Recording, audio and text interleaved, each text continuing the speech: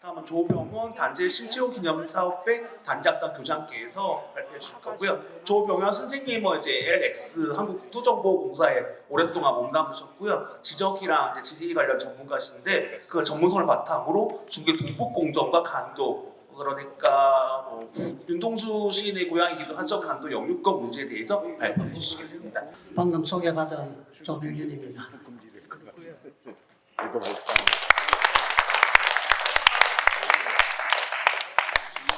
티베트와 위구르,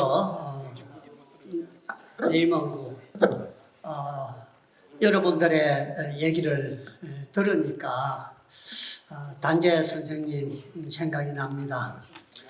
단재 선생님께서도 1910년도에 국권을 상실하자 두만강을 건너서 중국으로 망명을 해서 활동을 하시다가 26년 동안 활동을 하시다가 여순 감옥에서 돌아가셨습니다. 이것 좀 주세요. 돌아가셨습니다. 여러분들의 그 심정이 바로 단재 선생님의 심정이 아닐까 이런 생각이 듭니다. 제가 넘기겠습니다. 넘기는 것 좀 주세요. 오늘 저는 중국의 동북공정과 간도 영유권 문제에 대해서 논문을 써달라고 해서 좀 분량을 많이 썼습니다. 나름대로 열심히 썼습니다. 오늘 제가 말씀드릴 순서는 서론에서 왜 이 연구를 하게 되었는가, 연구의 배경과 목적을 말씀을 드리고 그 다음에 차이나의 소수민족 정책 그리고 또 국치 지도라는 게 있습니다. 그 국치 지도에 대해서 좀 설명을 드리고 다음에 주변 국가들의 역사를 어떻게 왜곡을 했는가 그 자료를 분석한 것을 토대로 해서 중국의 동북공정과 간도 영유권 문제에 대해서 말씀을 드리고 결론을 맺도록 하겠습니다. 왼쪽에 있는 사진이 단재 신채호 선생님이십니다. 단재 선생님께서는 조선 상고사를 썼습니다. 조선사를 썼습니다. 거기에 보면은 어떻게 되어 있는고 하면은 고대 아시아 동부에 종족이 우랄 어족과 진화 어족 두 갈래가 있었다고 했습니다. 한족, 묘족, 요족은 진화족에 속하고 조선족과 흉노족은 우랄 어족에 속한다고 했습니다. 조선족이 분화를 해서 조선, 선비, 여진, 몽고, 퉁구스족이 되었다고 했습니다. 흉노족이 이동을 해서 분산해서 돌골, 지금의 신강입니다. 흉아리, 지금의 헝가리, 토이기, 지금의 터키, 불란, 지금의 핀란드가 되었다고 했습니다. 지금 몽고, 만주, 토이기, 조선의 네 종족 사이에 같은 말과 물건 이름이 많이 있는 것은 몽고 대원 제국이죠. 몽고 제국의 영향도 있지만은 옛날 고서를 참고하면은 조선과 흉노 사이에는 관명이나 지명이나 인명에 같은 것이 많은 것은 상고에 우리가 같은 어족, 같은 곳에서 살았던 그 이유라고 말씀을 하십니다.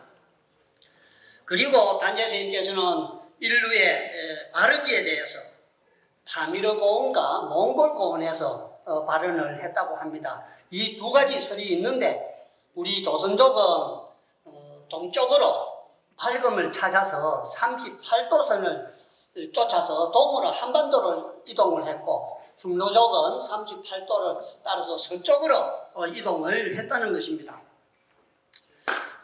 최고 오른쪽에 그림이 우랄 알타이 여족이 분포해 있는 지도고요.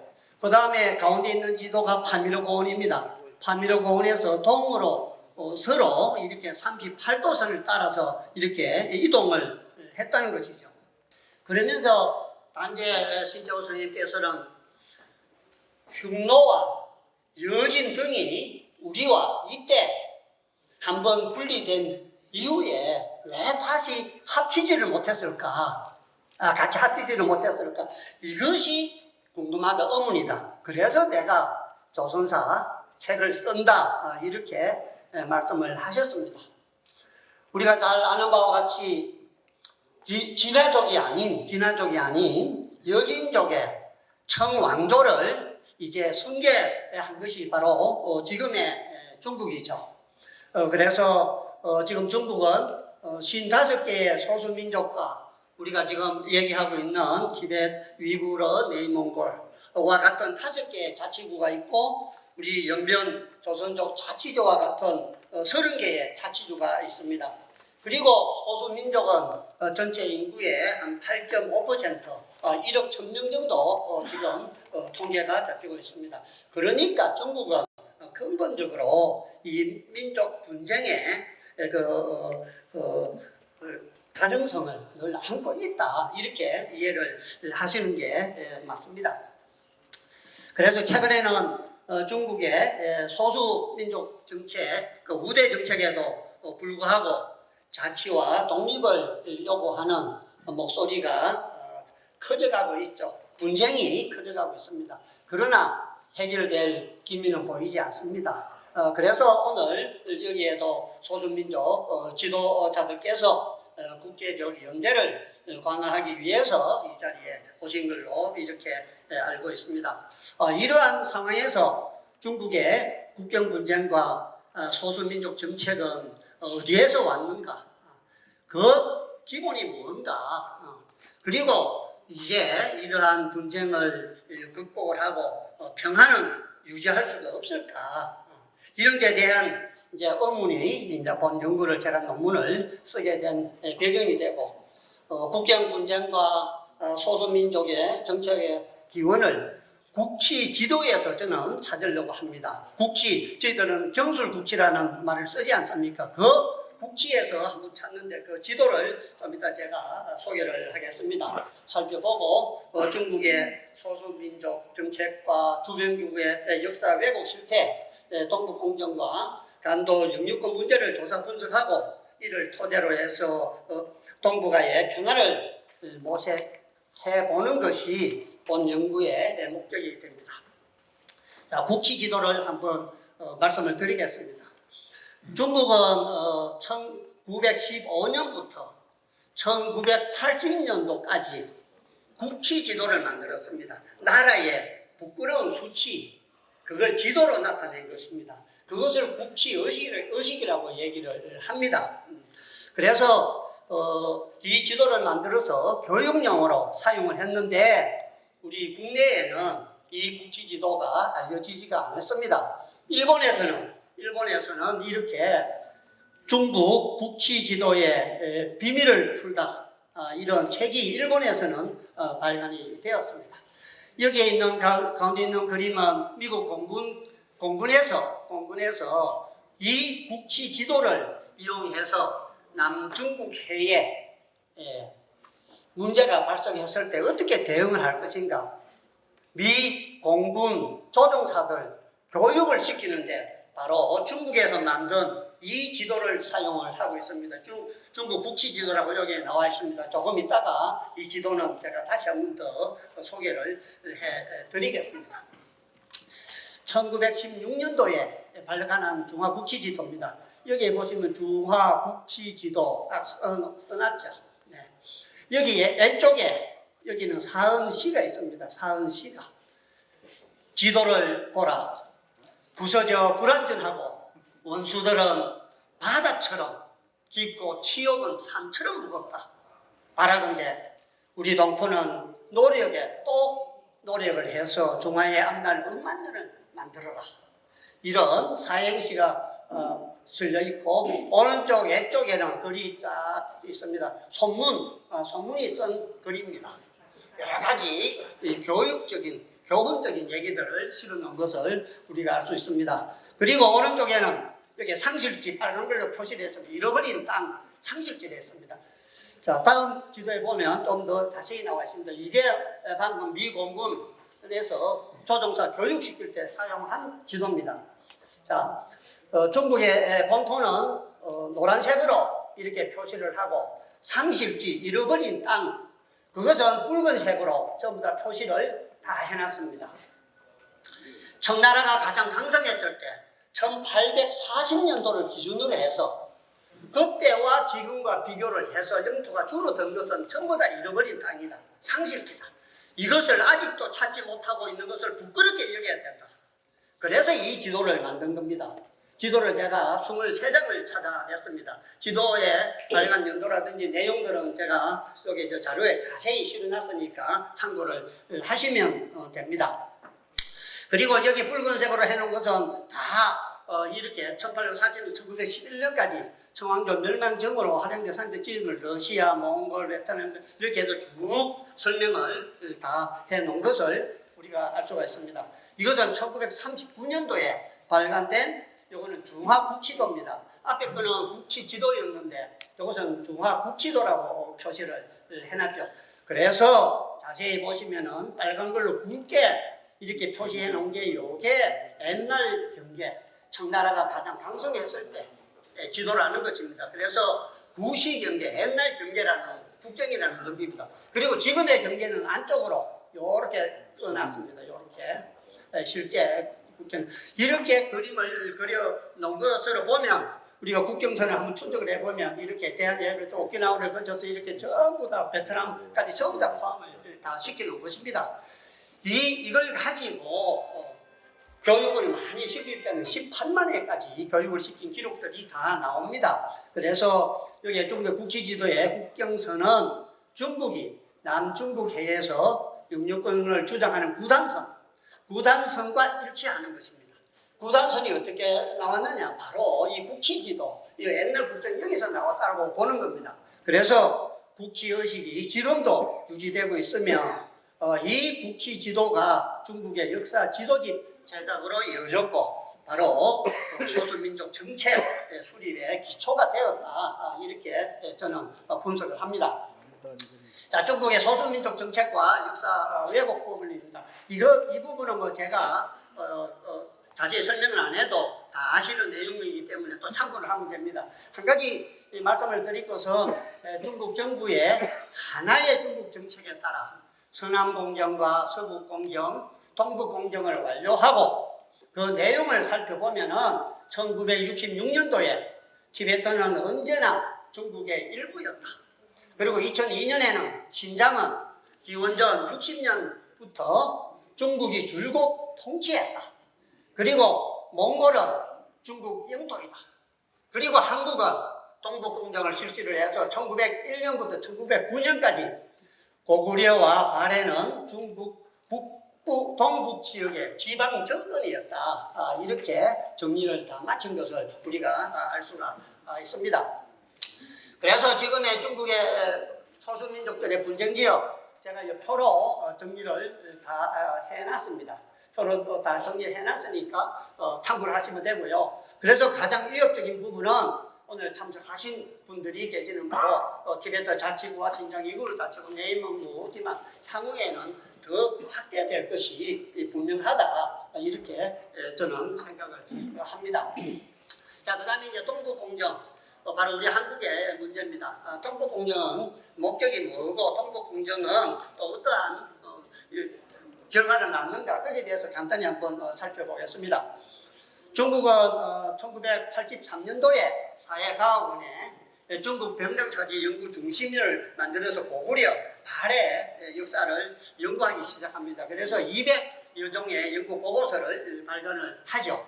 그리고 2002년부터 본격적으로 동북공정을 시작을 합니다.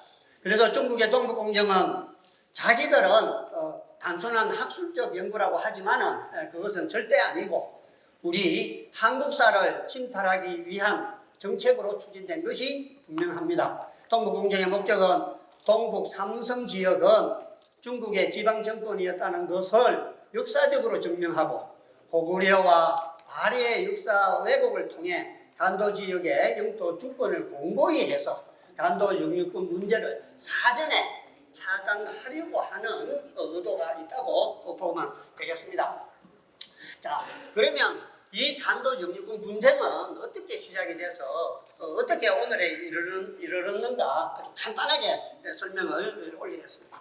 1627년도에 처음으로 중국과 우리가 물론 제가 중국하고 청나라하고 청왕조하고 이렇게 좀 혼선해서 말씀을 드립니다만은 이제 청왕조와 국경을 처음으로 저희들이 이제 설정을 한 겁니다. 그 이전에는 변경의 개념이지 국경선이라는 건 없었죠.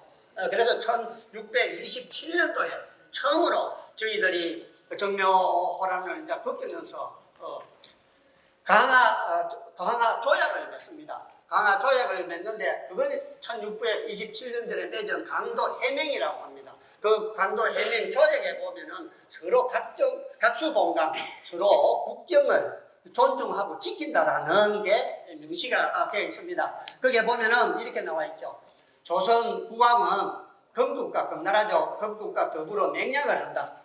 우리 두 나라가 이미 화친을 결정하였으니 이후로는 서로 맹약을 준수하여 각각 자기 나라를 지키도록 한다라고 명시가 되어 있고 이 규정에 따라서 이 조약에 따라서 유조 변책을 설치를 했습니다. 국경선을 설치를 했습니다. 지금도 그 국경선은 이렇게 다 남아 있습니다. 저희들이 이걸 삼전도 구력이라 하죠. 삼전도 구력이고 그때 세웠던 유조 변책에 지금 가면은 유조 변책선 계속 이렇게 다 나와 있습니다. 지금 이건 실제 지금 사진을 찍은 것이죠. 그래서 이런 그림이라든지 이게 유조 변책선입니다. 여기에 명나라가 여기에 있었죠. 그래서 건국이 이제 명나라를 쳐고 청나라를 만들어서 국경으로 내려갈 때 이 지역을 봉검을 시킨 겁니다. 우리도 국경으로 내려가서 이 선을 넘지 않을 테니까 조선 너희들은 압록강 두만강을 건너지 마 해서 1627년도에 유조변책 여기에다 버드나무를 심고 철책을 만들고 성문을 만들고 이렇게 설치를 하고 요것은 요 지역을 봉검을 시켜 놓은 것이 이제 간도 문제의 첫 시발점이 됩니다. 그 다음에 1712년도에 백두산에 정계비를 세웁니다. 청나라 목국권과 우리나라 박권 대표가 백두산을 답사해서 백두산에다가 정계비를 세우죠. 이게 그 당시에 그렸던 지도입니다. 청나라에서 우리나라에 가서 보고를 하면서 이 지도를 한 장 그려서 준 겁니다. 여기에 백두산 정계비가 있고요. 이렇게 답사한 경로들이 이렇게 표시가 다 되어 있습니다. 그래서 이 백두산 정계비에 뭐라고 써놨느냐. 대청국 오라총각 목극등이 황제의 명을 받들어 변방의 경제를 직접 조사하고자 이곳에 이르러 자세히 살펴보니 서쪽으로는 압록이고 동쪽으로는 토물이다. 백두산 정계비가 여기에 서 있죠. 서쪽은 압록이고 동쪽은 토물이다. 이렇게 1712년도에 국경비를 세운 것이죠. 그리고 백두산 정계비에서부터 시작해서 그 토문강까지는 토태, 석태, 흙을 쌓고 또 나무를 심고 이렇게 해서 국경선을 만들었습니다. 그래서 1931년도에 만주국이 설립되던 해에 일본 사람들이 백두산 천지에 관광을 갔습니다. 등산을 갔습니다. 올라갈 때 여기에서 사진을 찍고 백두산에서 하루 수경을 하고 내려오니까 백두산 정계비가 없어져 버렸죠. 그래서 여기에다 백두산 등산로라고 이렇게 일본이 1931년도에 이 백두산 정계비는 없앴습니다. 그리고 나서 이제 아까 봉검을 지어서 비무장 지도를 만들어 놨는데 세월이 흐르다 보니까 1882년도에 중국하고 우리 조선이 그 봉검을 해제를 합니다. 그래서 간도 지역에 들어가서 개간을 하기 시작합니다. 그래서 개간할 간자를 써서 간도라고 부르기도 하지요. 그러자 이제 양쪽에 국민들이 들어오니까 다툼이 생깁니다. 그래서 1885년도에 국경회담을 합니다. 결렬이 됐습니다. 1887년도에 다시 국경회담을 합니다.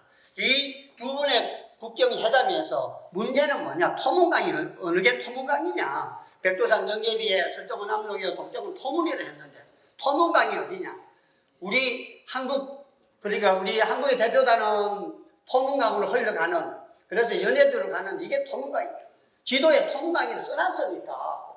그리고 그곳으로 이어지는 서태와 토태, 황무더기를 쌓고 돌을 모아서 국경선을 만들어 놨으니까 그것이 국경이라고 얘기를 하는데 중국은 아니다. 두만강이 토문강이다. 두만강이. 그렇게 이제 우겨서 결국은 결렬이 됩니다. 그래서 1888년 4월 20일 날 위안스카이 원세계가 우리 조병직 외무 독판한테 공문을 보냅니다. 두 번의 국경회담에서 결론을 내지 못했으니까 그 이후에 나를 정해서 다시 국경회담을 하자. 이렇게 해서 국경회담을 준비를 하다가 1905년도에 울산 늑약을 냈습니다. 일본에 우리가 외교권을 빼앗기죠. 그래서 일본이 중국과 같이 국경을 왔다 갔다 하면서 국경회담을 합니다. 그러면서 1909년 9월 4일 날 간도 협약을 맺어서 이 간도 땅을 일본이 중국에 넘겨줍니다. 울산 늑약이 무효이기 때문에 당연히 이 간도 협약이 무효죠. 샌프란시스코 협약에 따라서 다 무효가 선언됐습니다만 아직 이 간도 문제만은 해결이 안 되고 있는 것입니다. 그리고 나서 1910년도에 이제 한일 합방이 됩니다. 우리가 국권을 상실합니다. 그래서 많은 민족주의자 독립운동가들이 압록강 두만강을 건너서 이제 간도로 쉽게 얘기하면 만주로 이제 가서 독립운동을 하게 되고 이주를 하게 됩니다. 그때 외관 신규직 선생님과 이제 단재 신태호 선생님도 상해에다가 동제사라는 기구를 회사를 만듭니다. 그리고 거기에서 박달학원을 만들어서 민족 교육을 시킵니다. 한 100명 정도 민족 교육을 시켰죠. 그 학교에서 교육을 받은 사람들이 바로 윤보선 대통령, 그 다음에 여운형 선생님, 이범석 장군님, 초대 국무총리 민필호 선생, 조소환 선생, 이경로, 정인보 선생님들이 전부 다 이 동제사에서 민족 교육을 받았습니다. 상해 임시정부에서도 국사 교과서를 만들어서 역사를 가르쳤는데 요 나라 그 나라는 전부 다 우리 역사로 다 가르쳤습니다. 그 당시에 민족주의 사학자들의 역사관이 그랬습니다. 우리가 잘 아는 도울 선생이 박달학원, 박은식, 신채호, 홍명희, 조소왕, 조성환 선생 등이 100명을 배출한 이 박달학원이 있던 자리를 찾아가서 방송에 나온 화면입니다. 그래서 엄연히 저희들은 국권을 상실했지만은 만주로 가서 저런 학교를 세워서 민족 교육을 철저히 시켜서 독립에 대비를 했다. 이것을 말씀을 드리는 겁니다. 그리고 1917년도에 이제 나라 이런 서러움을 어떻게든 우리가 나라를 세워야 된다. 그런 이제 의식이 강해졌죠. 그래서 이제 몇몇 분들이 정한림 선생님부터 시작해가지고 여러분들이 고구려 발해 땅에 우리가 나라를 세우자. 그래서 그 나라 이름이 대고려국입니다. 1917년도에 고구려와 발해 땅에 대고려국 건국 운동을 추진을 합니다. 여러 과정이 있습니다만 결국은 고종 한계를 망명을 시켜서 이 나라를 완성하려고 했는데 요하 배정자가 일러 바쳐서 결국은 고종의 망명이 실패가 되고 어친왕이 변장을 하고 단동에 가가지고 밀정에게 잡히는 바람에 대고려국은 좌절이 되고 맙니다만은 이 지도가 바로 대고려국 지도입니다. 우리 한반도가 봉황의 머리입니다. 봉황의 머리. 그리고 왼쪽 날개가 이 연해주. 그 다음에 이 몽골 고원이 있는 데가 이쪽이 이제 오른쪽 날개. 그리고 고구려 발해 땅이 이 봉황의 몸통이 되죠. 그래서 이 생긴 모양이 우리가 나라를 세우고자 하는 이 대고려국의 생긴 모양이 봉황과 같이 닮았다고 해서 봉황의 나라 대고려국이라고 했습니다. 수도는 어디냐? 바로 용정. 이 봉황의 심장, 이 부분이 이제 바로 수도로 삼았죠. 그래서 대고려국의 국세입니다. 이것을 어떻게 알게 됐는가? 지금까지 몰랐죠. 그런데 일본 의회 도서관에 이 신문이, 이 내용 신문이 다이소 일일신문에 났습니다. 1921년 3월 28일부터 4월 7일까지 이 신문에 이렇게 난 게 그냥 도서관에 묻혀 있다가 최근에 전산화 작업이 돼서 우리가 이제 알게 된 것이죠. 그래서 이러한 우리가 간도 땅에 이런 나라를 세우려고 숱하게 많이 노력을 했고, 그 다음에 2차 대전이 끝나고 나서 종전이 되고 나서 1947년도에 이제 중국과 소련 대포가 하얼빈 협정을 맺습니다. 하얼빈 협정을 맺어서 제13조에 연영 안동성을 북한군이 주둔할 수 있는 구역을 특별히 규정하고 적당한 시기에 북한에 편입시킨다라고 명시를 했습니다. 그리고 후속 조약으로 1948년에 북한과 소련, 중국이 물론 공산당이죠. 제2차 평양협정을 체결을 해서 간도, 안동, 길림을 북한이 기속하기로 결정했으나 1949년 10월 1일 중화인민공화국, 지금의 중국이 출입됨으로 해서 이것도 성공을 하지 못했습니다. 그 당시에 만들었던 지도가 여기 있고, 이게 그 협정문입니다. 협정문 1947년 5월 20일 하얼빈 협정 해서 쭉 내용들이 나와 있는 것을 알 수 있습니다. 중국의 대표들, 임표부터 시작해서 대표들 이름도 명단도 다 나와 있는 것을 우리가 알 수가 있습니다. 자, 이와 같이 이 간도 문제는 을사늑약이 무효이기 때문에 을사늑약에서 간도 협약을 체결해서 넘겨줬지만은 그게 무효이기 때문에 아직도 국경협상은 끝나지 않았다라고 보는 게 우리 한국의 입장입니다. 그런 반면에 중국은 간도 문제는 일본과의 문제다. 그렇기 때문에 이미 다 끝났다. 한국과 중국 간에는 아무런 문제가 존재하지 않는다라고 하는 게 지금 이제 중국의 공식적인 입장으로 보면 됩니다. 그리고 우리 이 간도 대찾기 운동본부 회장님도 나와 계십니다만은 지금까지 저희들이 이 간도 대찾기 운동을 하면서 사실 티베트와 이구르, 내몽골 가는 저희들이 연대를 하지는 못했습니다. 이 간도 문제의 국제성을 우리가 인식을 못했기 때문에 안 했는데 지금은 해야 된다. 어떤 계기를 마련해야 된다. 그게 오늘 이제 제가 말씀을 드리고 그럼 어떻게 할 것인가 이제 그런 문제들을 한번 제가 다뤄보려고 합니다. 그래서 우리가 소수민족과 공동으로 연대하는 전략적 선택이 이제 필요한 시점이 되었다. 이렇게 보는 것이죠. 자, 지금까지 제가 말씀드렸던 제 연구 내용을 요약하면 4가지입니다. 4가지. 첫째, 국치지도는 중국의 역사 지도집 제작과 역사 외교에 영향을 미쳐서 변경과 소수민족 정책에 반영되었고 현재도 여러 곳에서 국경과 민족 분쟁이 갈등이 일어나고 있다. 이런 소수민족 문제들도 이 국치지도에 나타난 국치의식에 따른 것이다. 이렇게 저는 분석을 합니다. 그리고 두 번째, 중국은 서남공정과 서부공정, 동북공정으로 소수민족 정책을 강화해서 이에 반대하는 소수민족과 분쟁이 지속되고 있지만 해결될 전망은 그렇게 밝지 않다. 그렇게 보고 있고요. 그 다음에 세 번째, 동북공정은 고구려와 발해의 역사는 모두 중국의 역사이며 중국 영토에 속하고 간도에 거주하는 조선족 문제와 간도와 간도 분쟁을 사전에 차단하기 위해서 추진된 것이다. 그리고 네 번째, 정보통신기술의 비약적인 발달로 전 세계가 하나로 통합되고 상호 의존성이 정제되는 현상에 발맞추어서 소수민족 분쟁에 대한 새로운 형태의 활동이 필요한 것으로 분석이 되었습니다.